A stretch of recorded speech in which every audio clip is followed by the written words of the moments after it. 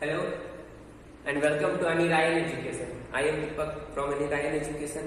तो हम लोग कॉम्प्लेक्स नंबर पढ़ रहे थे. इस वीडियो में हम लोग देखेंगे geometrical meaning of complex number. तो कॉम्प्लेक्स नंबर का ज्योमेट्रिकल मीनिंग क्या होता है?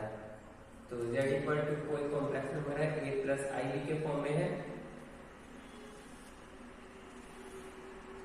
तो इसको बोलते हैं कॉम्प्लेक्स प्लेन. एक्स एक्सिस को मानते हैं रियल एक्सिस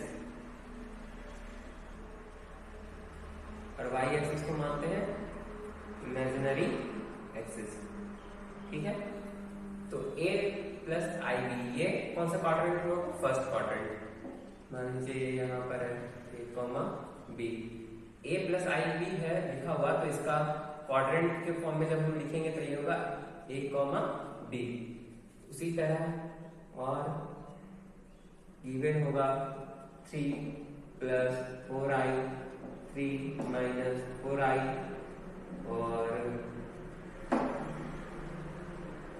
और इसी तरह बहुत सारा 4i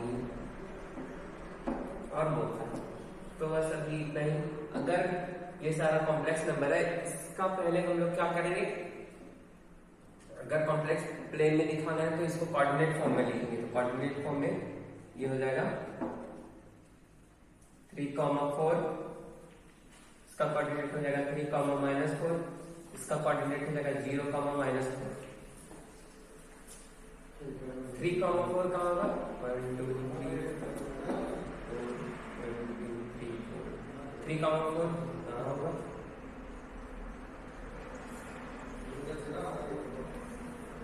और 3,-4 कहाँ होगा? 3,-4 यहाँ -4 आई कहाँ होगा? 0,-4 0,-4 यहाँ होगा.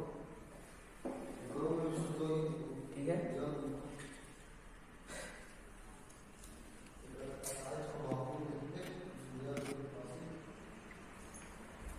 अब अगर हम लोग को कहीं लिखा मिले कि absolute value of find absolute value of 4,i.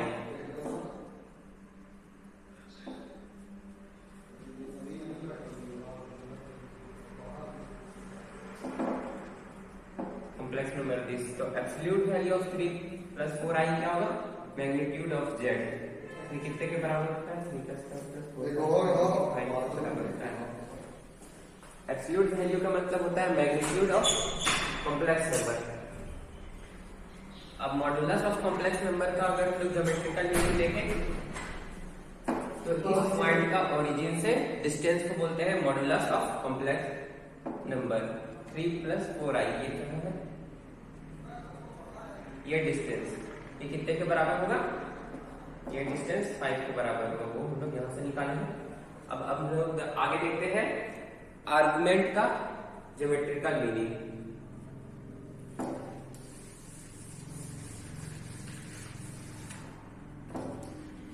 अगर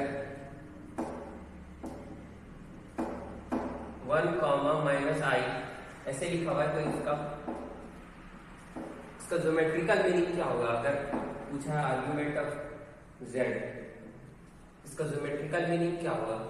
ऐसे तो आर्गुमेंट ऑफ z यहां पर हो जाएगा tan थीटा निकालेंगे पहले -1 π/4 थीटा इक्वल टू और लाइक कर रहा है फोर्थ क्वाड्रेंट में आर्गुमेंट हो जाएगा -π/4. ठीक है. लेकिन अब देखिए ज्योमेट्रिकल मीनिंग ये क्या है? 1, इसका क्वाड्रेंट है 1, -1. ये कहाँ लाइक करेगा? 1, -1 इस क्वाड्रेंट में. ये मान लीजिए 1 है, ये मान लीजिए -1 है. ठीक है. तो 1, -1 जहां लाइक कर रहा है. तो अगर हम पूछे कि आर्गुमेंट ऑफ z का मतलब होता है x एक्सिस से कितना एंगल बना रहा है. ये कॉम्प्लेक्स नंबर x एक्सिस से कितना एंगल बना रहा है. तो ये हो गया, ये थीटा हो गया आर्गुमेंट ऑफ z जो कि कितने के बराबर? -π/4. अब हम लोग देखेंगे वेक्टर फॉर्म. कोई भी कॉम्प्लेक्स नंबर को वेक्टर फॉर्म में कैसे लिखते हैं? तो आगे है vector form of complex number. Each complex number z can be represent by a vector. कोई भी कॉम्प्लेक्स नंबर, किसी भी कॉम्प्लेक्स नंबर को हम लोग वेक्टर फॉर्म में दर्शा सकते हैं। P is point representing the complex number z। क्या है? P एक पॉइंट है जो कि कॉम्प्लेक्स नंबर z को दिखा रहा है, जो a प्लस आई बी के फॉर्म में है। O इज ओरिजिन, ठीक है। तो OP वेक्टर, OP वेक्टर क्या होगा? ये क्या है? OP vector. OP वेक्टर तो वेक्टर नहीं, कॉम्प्लेक्स नंबर z क्या हो जाएगा? OP vector. तो OP वेक्टर को हम लोग, कॉम्प्लेक्स नंबर z को हम लोग वेक्टर फॉर्म में इस तरह से दिखाते हैं। अगर बोला जाए कि एक वेक्टर है a और b, ठीक है, ये लिखा हुआ है वेक्टर a और b। वेक्टर a और b का मतलब इस डायरेक्शन में, वेक्टर यहां से यहां, a वेक्टर स्मॉल b, इस तरह से लिखने का मतलब होता है vector b minus vector a।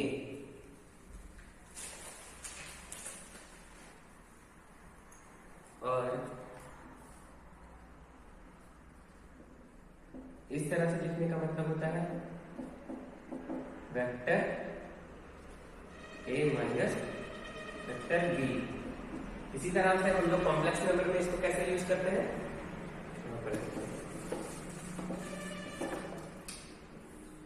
ये वेक्टर z1 है, ये वेक्टर z2 है।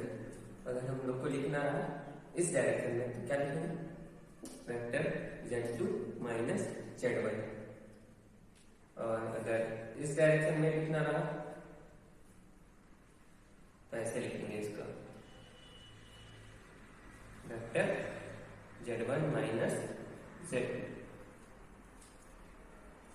आगे कुछ एग्जांपल करेंगे, उससे थोड़ा अच्छा से समझ में आएगा।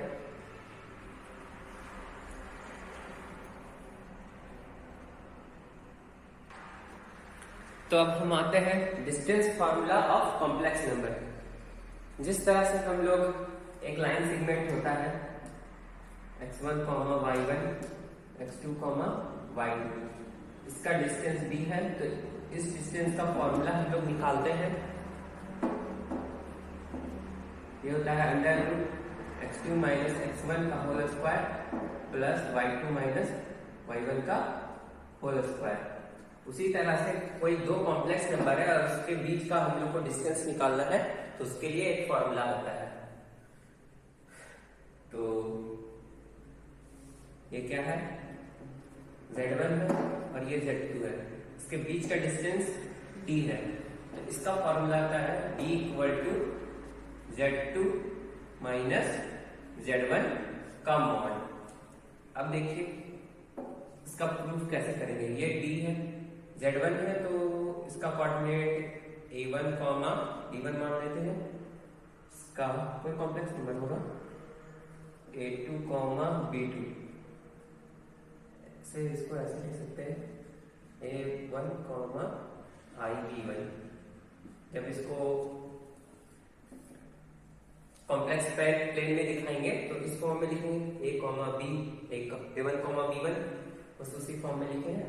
अगर d का फार्मूला वहां पर लिखे हैं अभी डिस्टेंस फार्मूला, यहाँ पर x2 की जगह क्या होगा?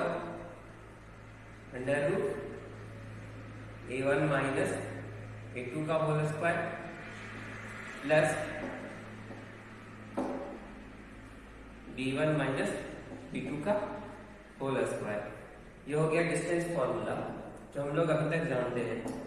ये कॉम्प्लेक्स नंबर का डिस्टेंस फार्मूला, ये कैसे निकालेंगे? z2 माइनस z1, तो z2 एक वेक्टर है, z2 वेक्टर क्या है? a2 plus i b2। इसी तरह z1 एक z1 एक कॉम्प्लेक्स नंबर है, वो क्या है? a1 माइनस n से मल्टीप्लाई किए IB1, ठीक है। अब इसको इस तरह से लिख सकते हैं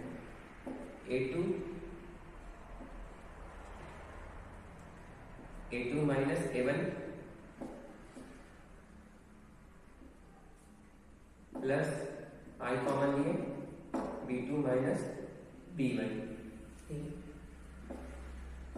ये खुद एक कॉम्प्लेक्स नंबर हो गया, इसका मैग्नीट्यूड लेना है तो क्या करेंगे, रियल पार्ट का स्क्वायर प्लस इमेजिनरी पार्ट का स्क्वायर,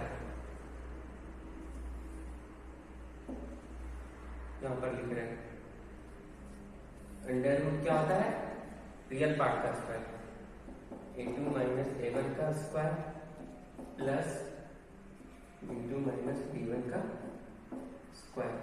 यहाँ पर A1 माइनस A2 है, A2 माइनस A1, उससे कोई दिक्कत नहीं है, जब स्क्वायर करेंगे तो वैल्यू सेम देगा। तो ठीक है, ये हो गया डिस्टेंस फार्मूला का प्रूफ। अब हम लोग आगे सेक्शन फार्मूला देखेंगे।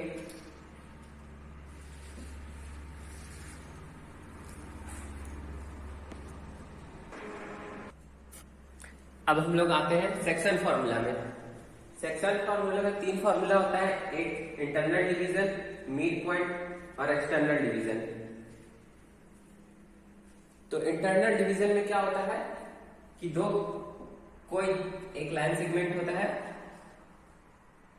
x1, y1, x2, y2। इस लाइन सेगमेंट को 2 पार्ट में m, n या किसी भी रेशियो में थर्ड पॉइंट जो कि कुछ भी होगा x, y वो बांटता है। तो इस पॉइंट का कोऑर्डिनेट निकालने के लिए हम लोग सेक्शन फार्मूला का यूज करते हैं। उसी तरह अगर 2 कॉम्प्लेक्स नंबर गिवन है, थर्ड कॉम्प्लेक्स नंबर इस 2 कॉम्प्लेक्स नंबर को आपस में m/n के रेशियो में बांट रहा है, तो इस कॉम्प्लेक्स नंबर को निकालने के लिए हम लोग फॉर्मूला लगाते हैं। वो फॉर्मूला होता है z equal to m into z1 plus n into z2 by m plus n, ठीक है। और ये क्या है, mid point formula. Mid point formula में क्या होता है, 2 कॉम्प्लेक्स नंबर है, उसको third complex number z equal parts में बांटता है 1:1 रेशियो। तो क्या करना है, इस फॉर्मूला में m के और n के जगह 1 1 बैठा देना है।